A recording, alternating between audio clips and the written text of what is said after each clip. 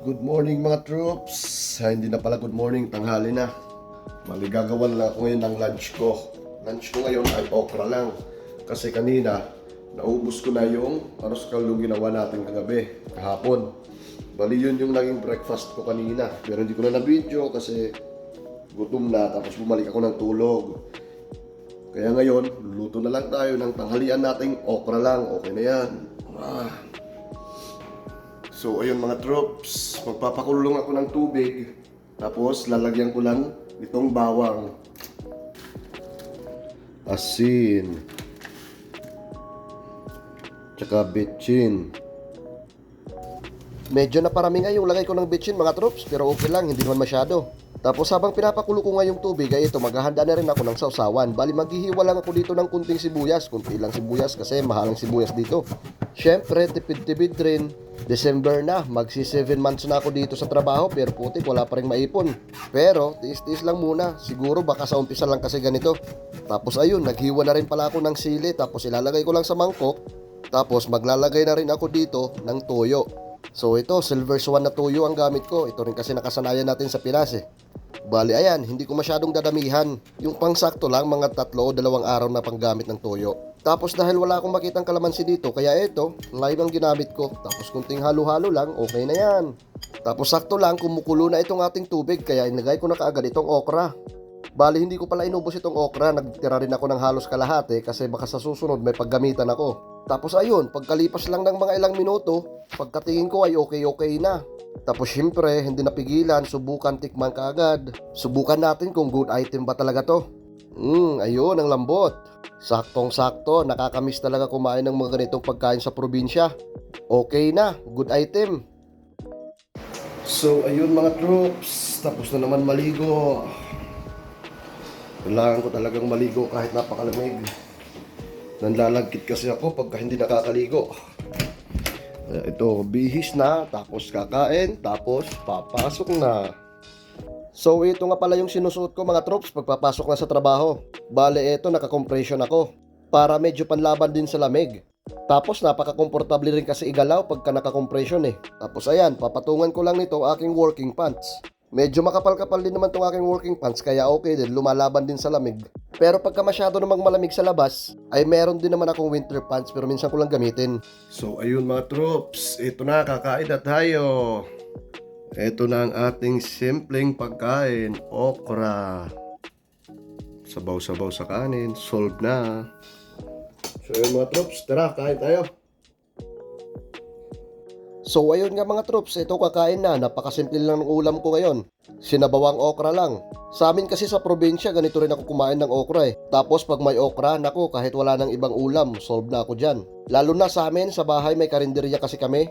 Tapos pag meron kaming ginataang labong o kaya puso ng saging, ay sus, kahit yun lang ulam ko maghapon. Tapos isa rin pala yung lato, ay naku, nakakamiss. Tapos ito na mga troops, pagkatapos kumain, ay maghahanda na rin ako para sa aking pagpasok sa trabaho. Tapos syempre, inom din muna ng gamot pang maintenance. Tapos syempre, hit-hit na naman. Pag pumapasok talaga ako sa trabaho, uminom ako ng maintenance tapos humihit-hit para dito sa sinusitis ko. Tapos eto na nga, magbibihis na ako para dito sa aking mga pangitaas. Bale eto, magsusuot din muna ako ng sweatshirt. Ito, makapal-kapal din to kaysa sa mga normal na hoodie. Pero syempre, dahil malamig na, kailangan talaga ng proteksyon. Tapos, saka ko naman ipapatong itong aking puffer jacket. Ayan, medyo mainit na to sa katawan. Nung nasa bus na nga ako nito ay pinagpapawisan na ako dahil sa init pala sa kapal ng mga suot ko. Pero syempre dahil maglalakad tayo sa labas at napakalamig, kailangan talaga to. Tapos hindi mawawala ang ating cap. Bale ito ang gagamitin ko, yung cap na naman na kay Tony Chopper. Ang dami rin sa mga katrabaho ko ang nagugustuhan itong cap ko kasi ang ganda daw ng kulay. So ayan, okay ng pangitaas. Magsasapatos na lang tayo. Ito na nga ang ating pangmalakasang J1 galing Cartimar. Akalain nyo yun, magdadalawang taon na sa akin tong sapatos na to. Tapos ayan, nakaabot pa hanggang dito sa Canada. Partida galing Cartimar lang yan ha. Nasa paggamit at pag-aalaga na lang kasi ng sapatos talaga yan para magtagal eh. Tapos eto, set up na muna. Ito pala ang mga laman ng bulsa sa aking jacket. Meron ako nung pampahid para sa aking labi. Tapos nandyan din yung wallet ko. Tapos itong aking earphones. Kasi syempre, para habang naglalakad at para habang nasa bus, ay sound strip lang. Ayan, okay na. Outfit check na lang kung okay na ba talaga. Okay naman na. Wala nang nakalimutan at maayos din naman ng forma. Kaya tara, alis na tayo. Pero bago tayo umalis ay shoutout daw muna dito kay Marnold Amores Biros. Shoutout sa iyo muna, tagay na pade. Tapos dito rin kay Rick Miharis Bato. Kumusta na pre? Ingat lagi dyan sa barko. Etong kumpare ko, kasama ko to dati sa trabaho sa Togo, sa Negrense nung nag-land base kami sa Manila. So ayun mga troops, nandito na ako sa kabilang bus stop. Dito ko sa kabilang bus stop sasakay kasi dun sa madalas kong sinasakyan, yung bus na daraan doon ay nasa 25 minutes pa. Eh dito nasa mga 8 minutes na lang. Kaya dito na ako sasakay kasi may dadaan pa ako sa bangko, ipapaayos ko yung number ko kasi nagbalik na ako ng cellphone number dito. So ayun mga troops, tara! So ayun nga mga troops, nandito na ako, malapit na. Dito ako sa kabila dumaan. Ito parang shortcut to pero medyo tingnan nyo yung daan. Ganito yung daan dito sa kabila. Hindi ka doon sa may main road na daan. Pagka ganito na hindi nag-i-snow dito, okay lang naman dumaan dito. Kaso dati dumaan ako dito nung unang nag-snow dito, parang ang hirap dumaan. Medyo pababa kasi at pataas kaya medyo madulas siguro. Ayan, dito sa medyo pababang to, pag nag-i-snow, pahirapan talaga dito. Kaya ingat-ingat talaga. Pero pag nag-snow naman doon ako siguro sa main road dadaan, sa may highway na talaga. Dito lang kasi ito lang yung available na bus. Kaya ngayon dito muna ako dumaan. Tapos ito dito dati, pagdaan ko dito muntik na ako madulas. Pababa kasi masyado Pero ngayon wala namang snow kaya okay lang dito muna magdandaan. Tapos ayan na, malapit na ako dito sa bangko. Dadaan lang ako dito sa bangko kasi magpapapalit lang ako ng number ko. Bali malapit lang to sa trabaho, dito yung bangko. Tapos doon banda, doon lang yun, trabaho ko. So yun, papasok na muna ako. So ayun mga troops, kakatapos ko lang dito sa bangko. Putik, medyo nagtagal-tagal rin. Ang dami rin kasing binago sa account ko pero okay lang. Para okay na ng gamit ko. So ayun, ito, didiretso na ako sa trabaho kasi mag-alas 4 na. So ayun mga troops, dito na ako, ilang hakbang lang, ilang lakad lang.